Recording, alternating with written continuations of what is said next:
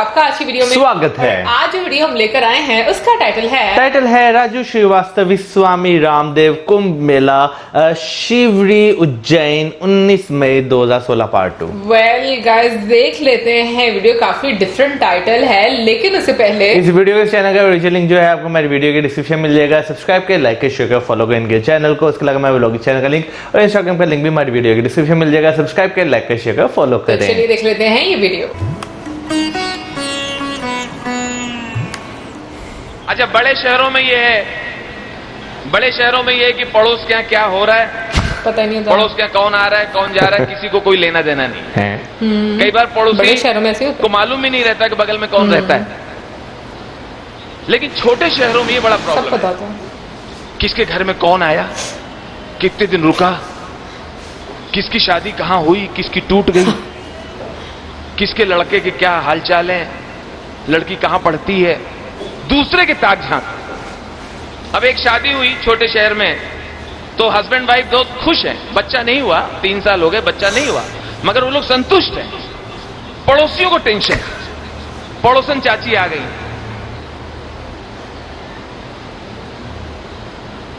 अरे भैया कुछ नहीं हुआ। कितने साल हुई गए? 3 साल, कुछ नहीं। फिर भैया वंश कैसे आगे बढ़े? वंश तो बढ़े चाहिए। दूसरी आ गई, 3 साल शादी हो गए, कोई अब खुशखबरी नहीं, सदिये की है तो वंश तो बढ़ावे का चाहिए। हैरानी तो तब हुई जो जनगणना वाले आए, हाँ?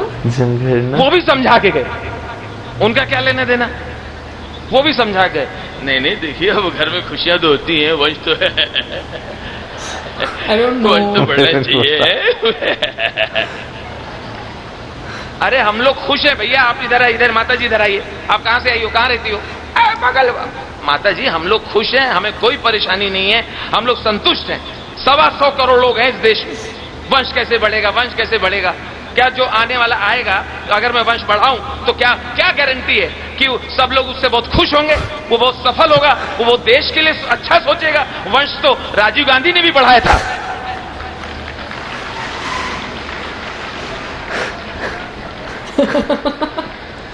बहुत धन्यवाद। मोदी जी की लोकप्रियता इतनी है, पिछले दिनों मैंने उनकी एक रैली अटेंड की दिल्ली में, द्वारका में। 1 लाख आदमी मोदी मोदी मोदी मोदी, इसी भीड़ में 3 साल का बच्चा मोदी मोदी मोदी। मैंने उसकी मां से कहा, देखिए भाभी जी क्या लोकप्रियता है, 3 साल का बच्चा मोदी मोदी। बोले भैया चुप रहो, जबरदस्ती बात मत करो, चिढ़ाओ मत, ध्यान से सुनो। वो कह रहा गोदी। तुम्हें लेना पड़े तो पता चले 27 किलो का है। 27 किलो। इसके साथ जो पैदा हुए तो सब लंबे हो गए, ये खा खा के गमला हुआ जा रहा। बाद में पता चला बच्चा मोदी कह रहा था, वो महिला कांग्रेस की थी।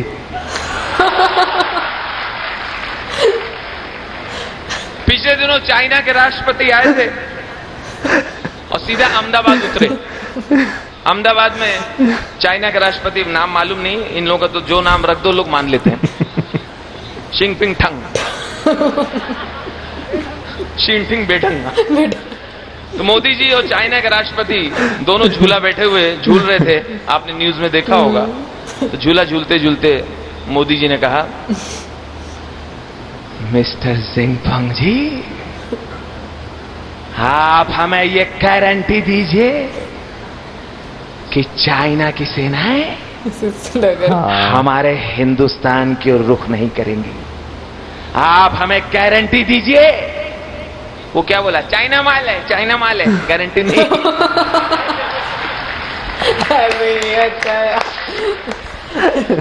अभी एक सच्चा किस्सा है, आपने भी न्यूज में देखा होगा, समाचार में।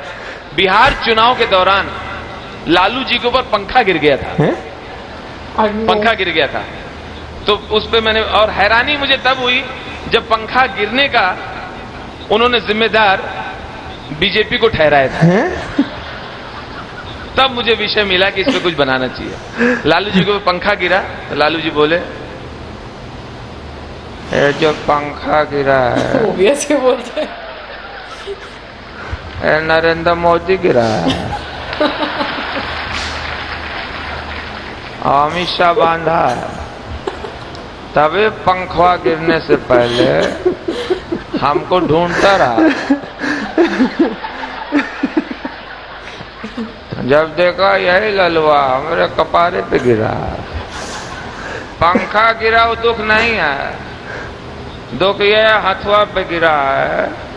अगर जोर से लग जाता तो हमारा तो नाम ही उल्टा हो जाता, लालू से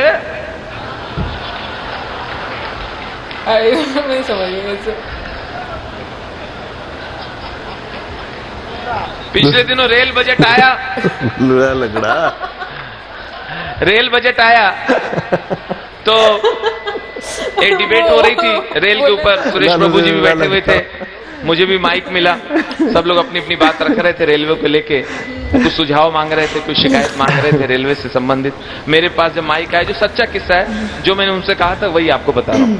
हमने रेल मंत्री जी, वैसे तो भारतीय रेलवे बहुत अच्छी है, बहुत अच्छी है, आप जब से आए बेहतर हो गई है। लेकिन भारतीय रेल में जो कंपार्टमेंट है, उसमें जो टॉयलेट है, वहां डब्बा रखा है, मग रखा हुआ है, मग रखा है, ठीक है। लेकिन सर वो मग जो है जंजीर से बंधा है। बंधा है वो भी ठीक है कि भाई चोरी न हो जाए इसलिए बंधा है। लेकिन सर परेशानी है कि वो जंजीर बहुत छोटी है, तो पानी जहां पहुंचना चाहिए वो पहुंच नहीं पा रहा।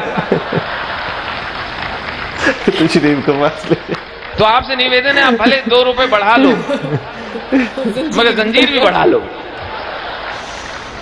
तो उनका जवाब आया, बोले मग जंजीर से बंधा हुआ है, वो नहीं जा, आप तो नहीं बंधे हुए। आप खिसक जाइए।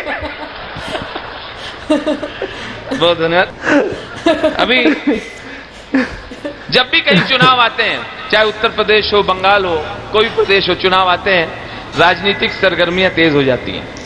वोट की खातिर तरह तरह की झूठे वादे होते हैं, नौटंकी होती है। पिछले उत्तर प्रदेश के चुनाव में मैंने देखा था कि बड़े बड़े नेता सिर्फ वोट के खातिर किसी गरीब महिला के घर पे, किसी दलित के घर पे रात गुजारते थे, ताकि गरीबों में, दलितों में अच्छा संदेश जाए। तो ऐसे ही रात को 2 बजे एक गरीब दलित महिला के घर पे दस्तक हुई। बुड्ढी निकली, अरे कौन है, अरे रुको, आ रही हूं, आ रही हूं, आ रही हूं। नमस्ते अम्मा। अम्मा देखो बहन जी आई हैं। ये तुम्हारी बहन होंगी? हमारी बहन को मरे 10-12 साल हो गए। नहीं अम्मा, ये मायावती जी हैं, ये आज रात तुम्हारे झोपड़े में गुजारेंगी। भैया हम सुला लेते हैं, मैं गरीब का घर है, हमारे चारपाई एक ही है और राहुल गांधी पहले से लेटे हैं। उसको बोला, आप बहन जी को मना कर रही हो? माता जी बहन जी को मना कर रही हो? ये चीफ मिनिस्टर हो सकती है, इनको मना कर। चटाई ले आओ, चटाई ले आओ, आंगन में सो जाएंगे, चटाई ले आओ। चटाई भी तो एक है, अडवाणी लेटे। बाद में किसी ने मायावती जी से कहा कि सब जगह तो लेटे हैं, इनकी छत खाली होगी, छत पकड़ लो, छत पे कोई नहीं होगा। तो मायावती जी सीढ़ी चढ़ती हैं, तभी छत से बहुत ही टिपिकल एक आवाज आती है, आप समझ जाएंगे तो ताली बजा के बताइएगा। जैसे मायावती सीढ़ी चढ़ती है, छत से आवाज आती है, उत्तर प्रदेश समाजवादी पार्टी पकड़ पे हो। मुझे नहीं पता। उत्तर प्रदेश विधानसभा पर मौत थी, हमें विधानसभा पर मौत थी, हमें उत्तर प्रदेश लखनऊ के प्रदेश सोचा वहा हमें वाकई हमारे उत्तर प्रदेश काम कर। उत्तर प्रदेश वैसे वो लग रहे हैं प्रदेश में सोचा के उत्तर प्रदेश जितनी जनसंख्या हाँ। अब हमारे बगल में यहाँ पर हमारा भाई सुपा देता, इधर हमारा दूसरा भाई प्रोफेसर राम गोपाल वो रहते, उनके बगल हमारा लड़का अखिलेश अखे उत्तप मुखमुख थी वो था ओके बाबा हमारे बहु थी हमने चुनाव से पहले सारी जगह छेंक ली इस बार किसी बहन और बुआ की आवश्यकता नहीं समझ नहीं आएगा वैसे सारी जगह ने मर ली है बहन और बहू की बहुत जरूरत शुक्रिया। नहीं है एक दर्द मैं अपने एक आइटम में प्रस्तुत करूंगा और फिर आपसे आशीर्वाद लेके इजाजत लूंगा। कंगारू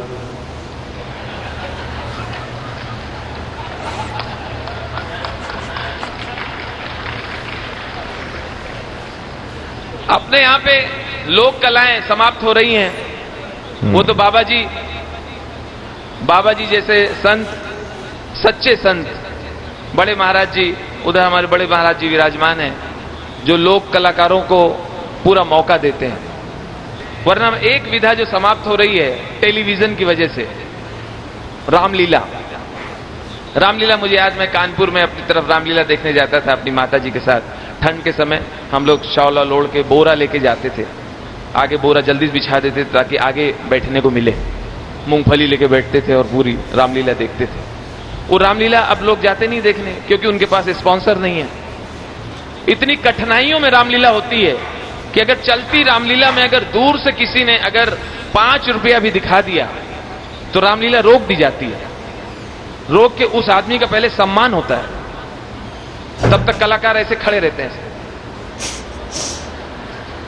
उसका सम्मान हो जाता है, फिर रामलीला आगे बढ़ती है। तो ज्यादा ध्यान आयोजकों का होता है कि कहां कहां से पैसे आ रहे हैं, क्योंकि कलाकारों को देना भी है पैसे। तो देखिए जरा सी रामलीला चलेगी और व्यवधानों से भरी हुई रामलीला। इसमें हास्य तो है लेकिन दर्द भी है मेरा। सीता मैया का हरण हो गया है, राम लक्ष्मण विलाप कर रहे हैं। इसी बीच देखिए क्या होता है। भगवान राम, हे खग मृग हे मधुकर श्रेणी, तुम देखी सीता मृग नैनी। हे खग मृग, आवश्यक सूचना सुनिए। पांडाल में गैया घुसाई है, इसको भगा दीजिए। इसकी पूंछ पे कनस्तर का डब्बा किसी ने बांधा है। किसका डब्बा? इस प्रकार से न करें, लीला में सहयोग करें। लीला में व्यवधान उत्पन्न होता है। प्रेम से बोले सियावर रामचंद्र की।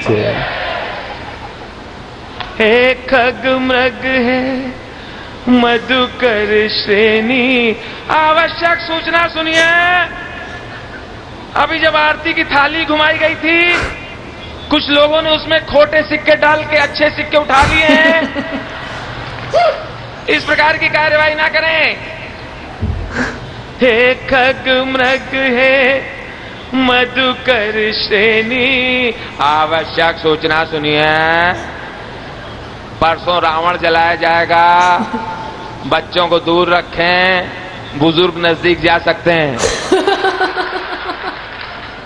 हे खग मृग है मधुकर श्रेणी, आवश्यक सूचना सुनिए। पिछले वर्ष जब रावण जल रहा था, किसी कमीने ने फायर ब्रिगेड को फोन कर दिया, वो लोग आकर आग को बुझा गए थे। इस प्रकार की कार्रवाई कर लिया, हम सहयोग करें। बोले देवर रामचंद्र की। हे खग मृग है मधुकर से। अच्छा, इनके रामलीला के बीच में बत्ती जरूर जाती है। मेरे इस प्रोग्राम के बाद आप जरूर अपनी तरफ से जब भी ऐसा हो रसीद जरूर पढ़वाएं और समय दें। तो देखिए अब वहां पे इनके रामलीला में जनरेटर नहीं होता। जनरेटर नहीं होता तो बत्ती जाती है। बत्ती जाती है तो बत्ती आधी चौपाई लेके जाती है। किस तरह बत्ती जाती है? हे खग मृग है मधुकर श्रेणी। हाँ, ऐसा होता है बिल्कुल। लाइट चली गई। अब स्टेज के पीछे वहां अफरा तफरी मचे। एक सेकंड भैया, एक सेकंड यहाँ खड़े रहो। एक सेकंड, अरे यार कौन घुस रहा है इधर? भैया चीफ साहब, चीफ दरोगा जी, यहाँ 2 कांस्टेबल खड़े कर, लौंडे घुस रहे हैं। एक सेकंड, अरे रावण मुकुट संभालो, लौंडे लेके भाग रहे हैं यार। सीता बीड़ी फेंको, इधर बैठो। एक सेकंड, अब इतने में बत्ती आ गई। बत्ती आ गई तो ये लोग इतने सीधे होते हैं, सिंपल होते हैं, जो बात छुपानी चाहिए वो बता देते हैं। बंधुआ मैं रामलीला कमेटी का अध्यक्ष बोल रहा हूं। अभी जब बत्ती गई थी तो कुछ लोगों ने मुझे 2 झापड़ मारे। पिछले वर्ष 1 मारा था। इस प्रकार से कार्रवाई बर्दाश्त ना होगी। लीला में सहयोग करें। पीछे थाली में पैसे गिने गए, चढ़ावा देखा गया, रसीद देखी गई तो बहुत कम थे। ये वक्त कलाकारों को मिलेगा कैसे? रावण तो पहले भड़क गया, नहीं नहीं नहीं 3 साल का बाकी। हिसाब क्लियर करो, फिर मारो ना मारो, हम खुद ही मर जाएंगे। अब हुआ कि पैसे आ नहीं रहे, क्या करें? किसी ने कहा कि फिल्मी गाना बजाओ, फिल्मी गाना बजाओ, लोग पैसे देंगे। बोला मरवाओगे? रामलीला में फिल्मी गाना कैसे? बंद करवाओगे? परमिशन भी नहीं मिलेगी अगली बार। अरे यार, रावण का दरबार लगा दो ना।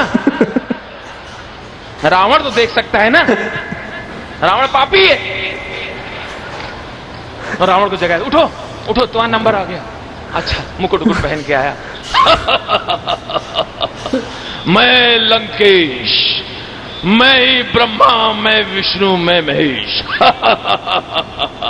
मन अप्रसन्न हो रहा है, नर्तकी प्रस्तुत की जाए। जब छाए मेरा जादू कोई बच न पाए, मुझसे तुम टकराना ना, आके यहाँ पछताना ना। 11,000 रुपए का पुरस्कार यहाँ के विधायक की तरफ से, 51,000 रुपए पुरस्कार यहाँ के सांसद की तरफ से। अब लीला यही समाप्त होती है।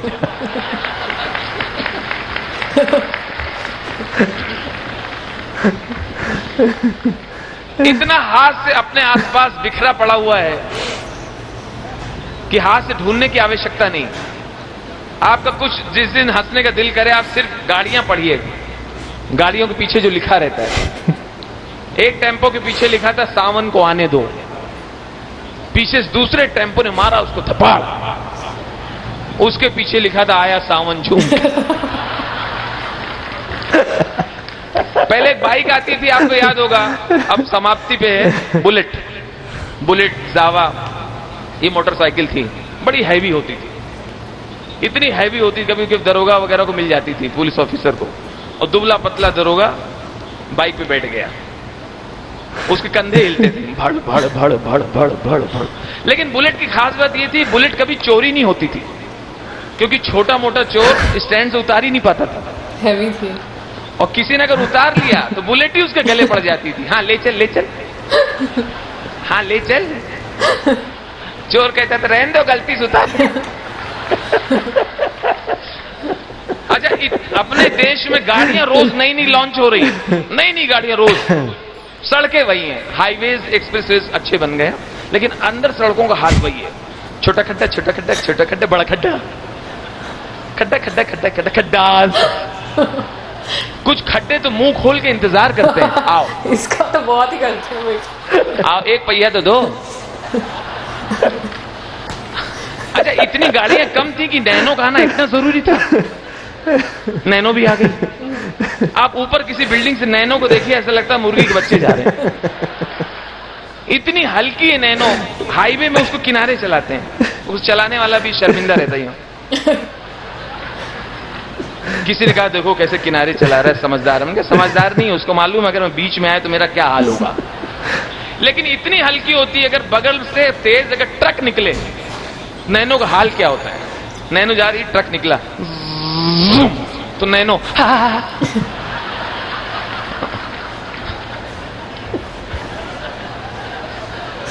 आर्मी वालों का ट्रक निकला 32 टायर का, तो नैनो हाँ तो जाओ ना।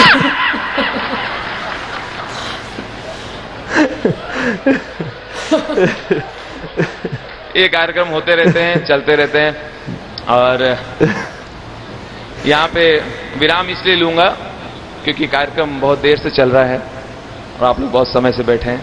ये प्यार और आशीर्वाद देने के लिए बहुत बहुत धन्यवाद, बहुत मेहरबानी। राजू श्रीवास्तव जी की बात की जाए तो पहले भी हमने उनकी बहुत सारी वीडियोस देखी, बहुत अच्छे कॉमेडियन है। मैं कहता हूँ सिनेरियोस को जिस तरह आपस में एक दूसरे कनेक्ट करते हैं ना, वो बड़ा मजा आता है। मुझे सबसे ज्यादा मजा आता है कि वो ये जो रियल लाइफ इंसिडेंट्स होते हैं हाँ। ना, उन्हीं को इस तरीके से वो मतलब सबके सामने सुना रहे होते हैं कि आप वाकई में उसको कनेक्ट कर पा रहे होते हैं कि हाँ ऐसा होता था, ऐसा भी बिल्कुल। हुआ होगा। ये चीजें एक्चुअल में किसी ना किसी के साथ हुई होंगी जरूर, और कुछ मतलब ऐसा भी होता है कि हमारे साथ भी वो वाकयात हुए होते हैं। यार अगर मैं पहले वाकई की बात करूं ना, तो क्या नाम लेते हैं, ये हमारे माशरे में वाकई बहुत ज्यादा ये चीज पाई जाती है। पहले शादी क्यों नहीं हो रही, सब ठीक तो है ना, शादी हो जाए बच्चा क्यों नहीं हो रहा, दोनों ठीक तो है ना। एक्चुअली मौसम अभी उस वाले फेज में ना जहां पर मौसम से बहुत पूछा है शादी कब कर रहे हो, शादी कब कर रहे हो, लेकिन जब से मौसम ने नवाजुद्दीन सिद्दीकी सर का इंटरव्यू देखा ना, उसके बाद मौसम को एक जवाब मिल गया। इसलिए मौसम कह रहे हैं कि मैंने अब सबको यही जवाब देना था। क्या मौसम बताओ? जवाब था भाई मैं रिस्पॉन्सिबिलिटी अभी नहीं ले सकता, मुझे लगता है मैं नहीं ले सकता रिस्पॉन्सिबिलिटी, इसलिए मैं शादी नहीं कर रहा। वैसे लास्ट टाइम मुझसे भी किसी ने पूछा कि मौसम की शादी कब हो रही है, तो मैंने भी यही वाला जवाब दिया। मैंने कहा वो कह रहा है कि मैं भी जिम्मेदारी नहीं ले सकता, जब मैंने जिम्मेदारी लेनी होगी मैं बता दूंगा, उससे पहले मुझे मत पूछना कि मैंने शादी कब करनी है। यार देखें, मैं कहता हूँ लोग कटा प्रेशर, मैं नहीं प्रेशर लेता इस चीज का। मैं ये कहता हूँ कि लोग जो है ना, वो आपसे इस तरह पूछते जैसे पता नहीं उन्होंने आपकी शादी का खर्चा उठाना है। वैसे मुझे भी लगता है हो सकता है किसी ने तुम्हारे रिसेप्शन देना हो। इतने अच्छे शादी का शगुन डालने बड़ी बात है, रिसेप्शन की बात कर रही है। एनीवे गाइस, लेकिन ये वाकई में हकीकत है कि जब पहले शादी नहीं होती तो शादी का बहुत ज्यादा पूछा जाता, फिर उसके बाद बच्चा नहीं होता, बच्चों का भाई बच्चा कब होना, बच्चा कब होना। मतलब मैं ये बात देखती हूँ हमारी सोसाइटी में ना,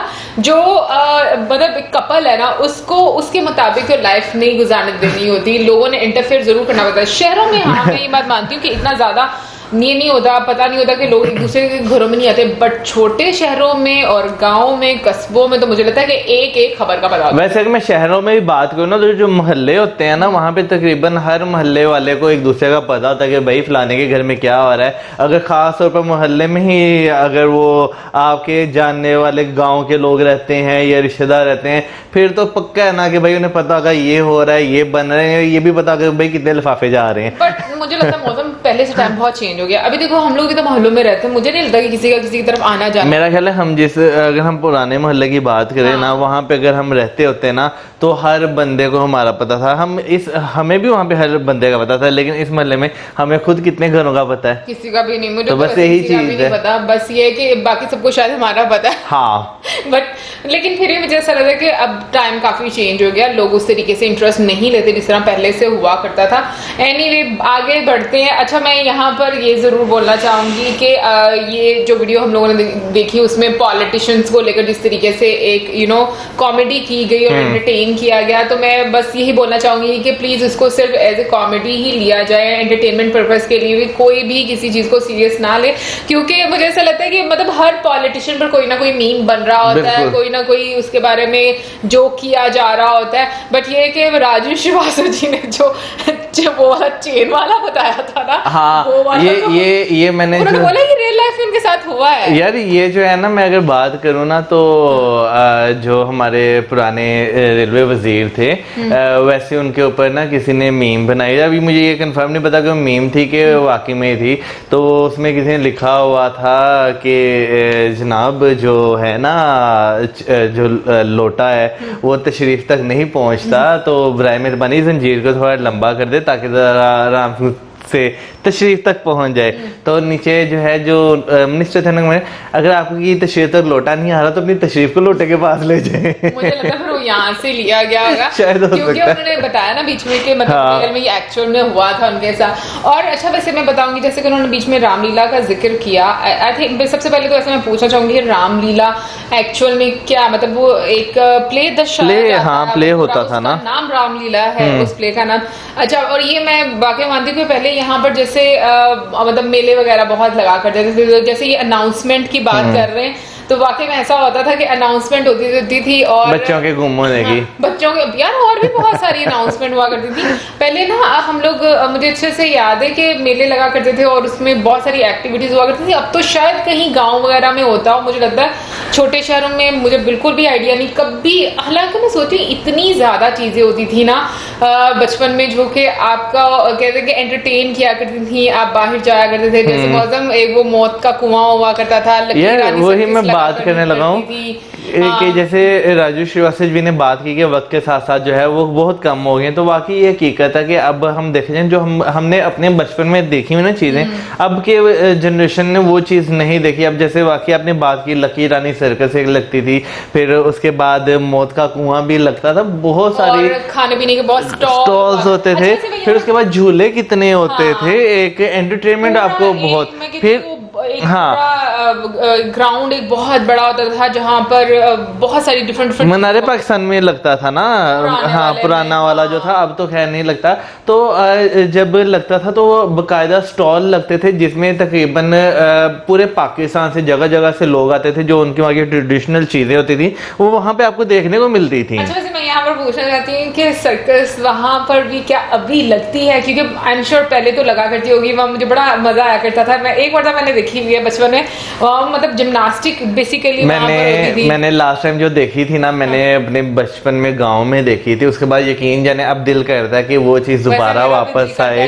हाँ, ये चीज आई कि अगर दोबारा कभी मुझे मौका मिला ना तो मैं जरूर जाऊंगी और बच्चों को भी लेकर जाऊंगी। वैसे मुझे जहाँ तक पता है ना कि एक जगह जो है ना वो जून जुलाई में मेला लगता है, वहाँ पे ये सारी चीजें आपको देखने को मिलती हैं। तो हाँ, तो इस बार जो है ना अगर हमें मौका मिला ना हम आपको जरूर दिखाएंगे। बिल्कुल बिल्कुल, मैं भी शौक से जरूर जाऊंगी। हालांकि जून जुलाई में बहुत गर्मी होती है लेकिन फिर भी मैं जरूर जाऊंगी। बट इसके अलावा मैं ये बात कहूंगी कि मतलब ऐसे मतलब लोगों को हंसाना ना एक बहुत बड़ा आर्ट होता है। आपके लिए आसान नहीं होता कि लोग आपकी बातों पर हंसे या नहीं हंसे, लेकिन मुझे लगता है कि सबसे अच्छी और मैं कहूँगी नेकी यही है कि आप किसी के चेहरे पर ना मुस्कुराहट लेकर आते हो, क्योंकि आपका दिन अच्छा गुजरता है, आप थोड़ी देर के लिए भी टेंशन से दूर हो जाते हो।